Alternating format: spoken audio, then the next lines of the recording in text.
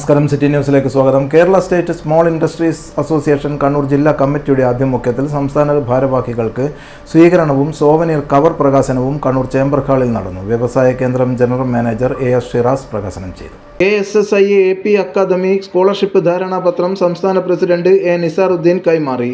Health card multinational company Moolans group chairman Varghese Moolan health card വിതരണം ചെയ്തു. IAS ഉദ്യോഗസ്ഥർക്കും ബോധ്യപ്പെട്ടു. കേരളത്തിലെ മൊത്തം ജനസംഖ്യ 3.5 കോടി ജനങ്ങളാണ്. കേരളത്തിലെ ഭൂസ്ഥിതി എന്ന് പറയുന്നത് ഇന്ത്യൻ ഭൂസ്ഥിതിയുടെ 1.7%. 38,000 സ്ക്വയർ ചതുരശ്ര കിലോമീറ്ററിനകത്താണ് നമ്മുടെ കേരളത്തിൽ സ്ഥിതി ചെയ്യുന്നത്. അതില് 1/3 വനപ്രദേശം, അതിലൊരു ഭാഗം സിയാസിന്റെ മേഖല, തണ്ണീർത്തട സംരക്ഷണ നിയമത്തിന്റെ ഒരു ഭാഗം, പരിസ്ഥിതി ദുർബല പ്രദേശം. അത് കഴിഞ്ഞ് വരുന്ന 5% നമ്മൾ ഈ 1.5 കോടി ജനങ്ങൾ അധിവസിക്കുന്നത്. നമ്മൾ ഈ വ്യവസായങ്ങൾ ചെയ്യുന്ന സാഹചര്യമാണ്. ഈ ഒരു തിരിച്ചറിവ് ഭരണകർത്താക്കൾക്ക് ഉണ്ടാവുക.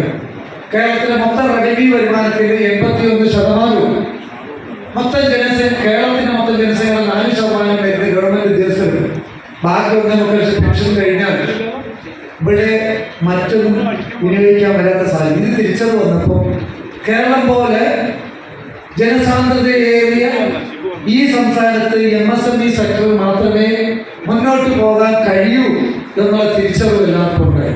KSSIA ജില്ലാ പ്രസിഡന്റ് C അബ്ദുൽ കരീം അധ്യക്ഷത വഹിച്ചു. KSSIA secretary TP Narayanan, Thomas Mathew, P Govindan, KP Raveendran, Rajeev Nambiar, KP Rajeevan, Moosankutty തുടങ്ങിയവർ സംസാരിച്ചു.